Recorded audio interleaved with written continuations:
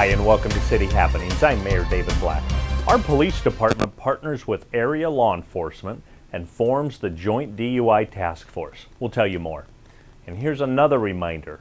South 108th Street, just south of Papillion La Vista South High School, will be closed for improvements. The city's public work director tells us more. And the local Parkinson's disease outreach group has a message for caregivers.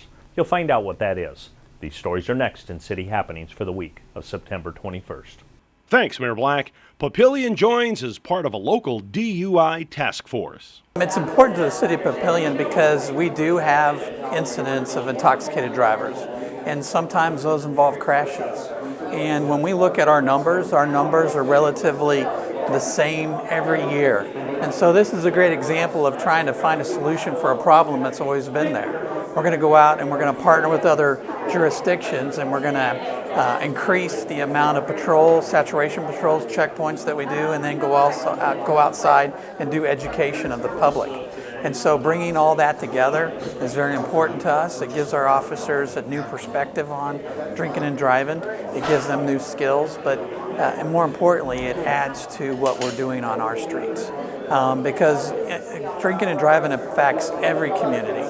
If they're in the north part of the city driving to the south, they touch almost every community in between, and that's important. Lyons emphasizes that the task force is more than just a feel-good move. This is going to have an impact because it has a lot of prior successes that we've seen from other jurisdictions in this state and out of state. It's a proven plan to combat intoxicated driving.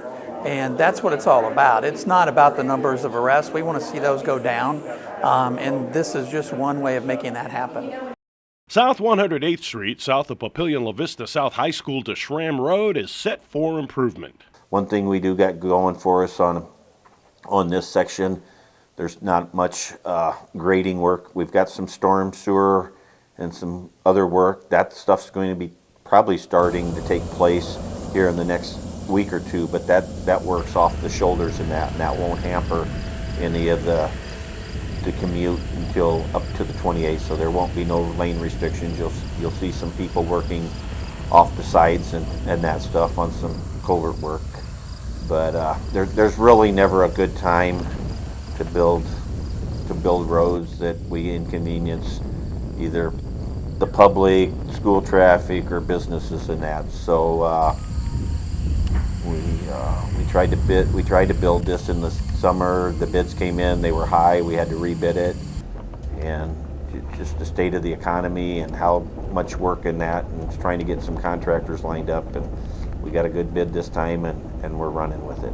Lemming says that the city is not paying 100% of the cost for this. City's paying about a third, Sarpy County's a third, and then the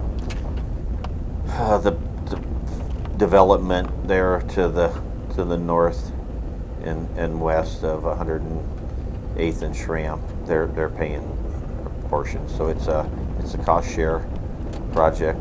The local Parkinson's disease outreach group not only focuses on the patient, but on the caregiver as well. We try to encourage for caregivers to understand their importance and why it's so important for them to take care of themselves.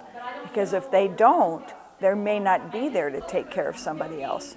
So working on the guilt, because a lot of times we feel guilty, and the issue becomes is just taking those short little breaks to refresh and rejuvenate yourself. And it might be as simple as going to take a nap or just going into another room and reading a book, but somebody still needs to be, with that person. And I just talked to a lady today whose son sometimes needs to go out and work on the car, but she needs to have somebody in the house with her. So it might be respite could be as simple as that, where you just, the caregiver doesn't even have to necessarily be far away, but they're able to continue to do something that they care about. We have people that use it just so they can go to church, because maybe the individual they're providing care for just takes them such a long time to get ready, and it's a stressful time. That it makes more sense to have somebody come in and just be in the house with that person so that caregiver can go out and go to church. Miller says don't fight the psychological battle. It's really helpful for people to go to support groups so that they learn that they're not alone in this situation, and they can hear some of those same kinds of things from other people. You know, because when we do those things, we all are going to resent something, you know.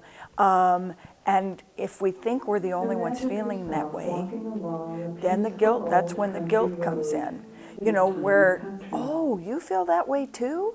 You know, and that helps, yeah, ease it. And that's one of the first things that in any support group that I've ever been involved with, it's like, oh, I'm not alone. You know, and I think that's, you know, that giving somebody permission to have feelings. Because we might get angry at the person we're providing care for, and then we feel guilty.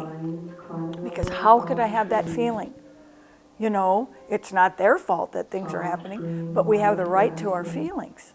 And we just need to understand what they are, take a look at them, and then, you know, figure out how we're going to deal with them. But understand that we all have that. We all get angry. You know, we all feel guilty, and we get depressed. You know, I mean, that just happens. You know, when you're, especially if you are finding that you're not able to take care of your own needs. And that's, again, when we come back to respite, which is trying to help people to know that it's important for them to take care of some of their own needs. You know, whether it's, you know, going to church or going to have a manicure or, you know, whatever it is, something that brings you joy, you need to do. How can someone help a caregiver? About all you can do is really give the person information and talk about, you know, the importance of it. If you're somebody that's already going to one of those groups, the best thing you can do is to invite them. To say, you don't have to like it, you don't have to stay, but I'd like you to come as my guest. You know, so that way, a lot of times people are afraid. You know, you tell them they don't have to say anything.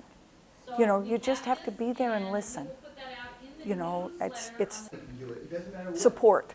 And to say, you know, if you've been through it yourself, you might talk about what it's meant to you, and that you're concerned about that person, and you'd really like to have them feel better like you do.